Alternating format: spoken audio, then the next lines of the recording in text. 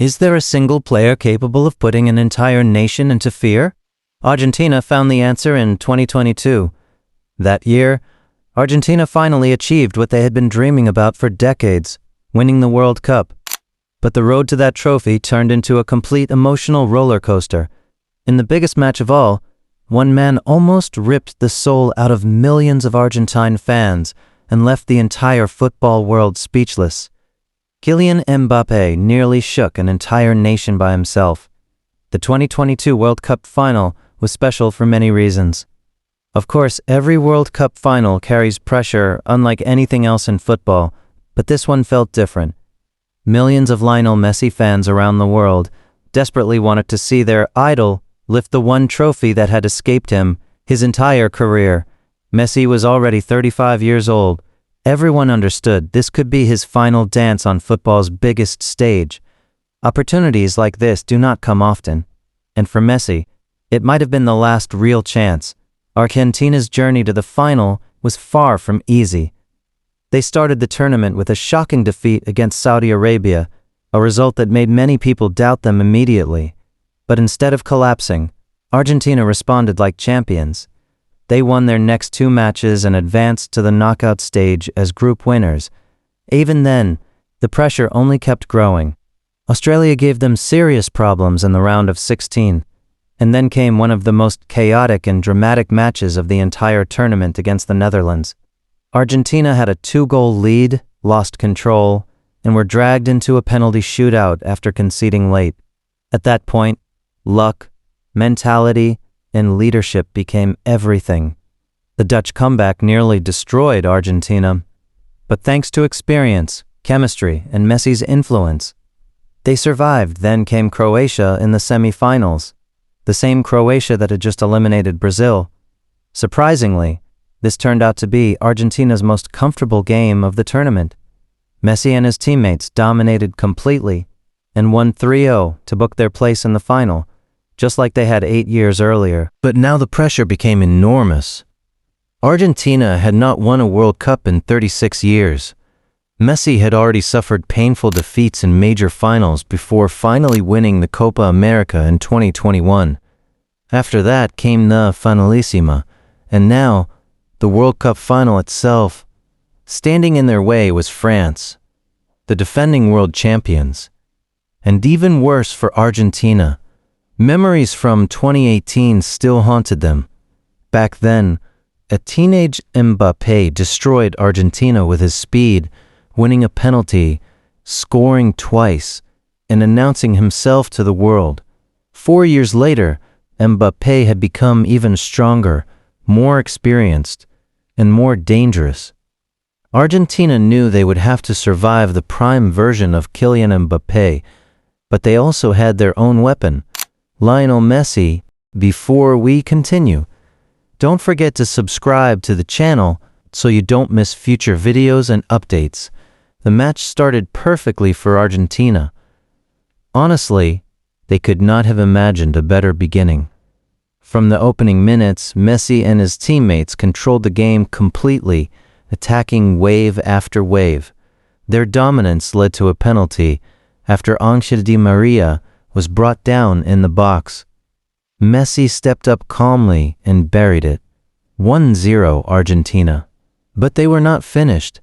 Soon after, Di Maria doubled the lead with a beautiful team goal. The man who had already delivered Argentina Olympic gold and a Copa America now seemed ready to help deliver a World Cup too. 2-0 in the first half. Di Maria could barely hold back tears, already feeling the trophy within reach. Argentina looked unstoppable. France looked completely lost. By halftime, it felt obvious that Argentina were the better team in every possible way. France had created almost nothing. Argentina controlled possession, tempo, and chances. But what nobody realized was how deeply Mbappé's pride had been wounded. C'est le match d'une vie. On peut pas faire pire. De toute façon, on peut pas faire pire. C'est ce qu'on a fait. On retourne sur le terrain, soit on les laisse jouer au con, soit on y va, on met un peu d'intensité et on rentre dans les duels et on fait autre chose, les gars. C'est une finale de Coupe du Monde. On est mené 2 buts. Ah, on peut revenir, hein. Ah, les gars, c'est tous les 4 ans, un truc comme ça. At halftime, Didier Deschamps knew something had to change. He made aggressive substitutions, bringing on Marcus Thuram and Randall Kolo Muani. France needed energy, urgency, anything, yet the second half started exactly like the first. Argentina still controlled the game while France struggled to even register a shot on target slowly. The French players began losing belief. You could see it in their body language, their passing, in their faces. With 30 minutes left, Argentine fans were singing louder and louder. Convinced victory was near, Argentina's coach then made a decision that seemed logical at the time: protect the lead. Defensive substitutions came in. The goal was simple: kill the game.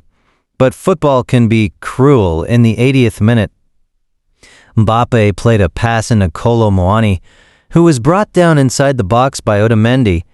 Penalty for France. Suddenly, after barely threatening all game, France had a lifeline. Standing over the ball was Kylian Mbappé.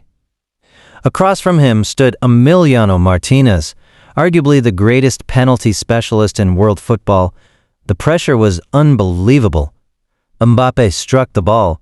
Martinez guessed correctly and even got a touch on it, but the shot still went in 2-1, and suddenly everything changed. Argentina became nervous.